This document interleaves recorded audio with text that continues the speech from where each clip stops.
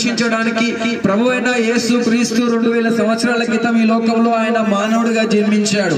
ఈ లోకంలో ఆయన మానవుడిగా జన్మించి ఈ యొక్క లోకంలో ఉన్న మనుషులందరి పాపములను, శాపములను, ఆ యొక్క వ్యసనాలను, బాధలను, అలవాట్లను, ఆ యొక్క బంధకముల నుండి దూరం చేయడానికి, వాటి నుంచి విడిపించడానికి, రక్షణను, విమోచనను ఇవ్వడానికి ఆ యొక్క రక్షణకర్త, విమోచకుడు ఆయన, పాపులను రక్షించే దేవుడైన ఆ యొక్క ప్రభు అయిన యేసు క్రీస్తు ఆయన పరలోకం నుండి ఈ లోకానికి మానవుడిగా జన్మించి ఆయన మనందరి కొరకు ఆయన శిలువలో మరణించారు.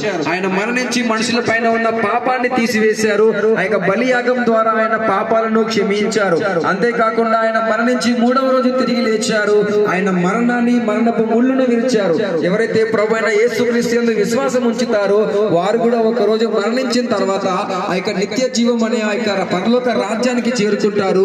యుగ యుగాలు కూడా ఆ యొక్క ప్రభు అయిన యేసు క్రీస్తుతో కలిసి సంతోషంగా, సమాధానంగా ఆ యొక్క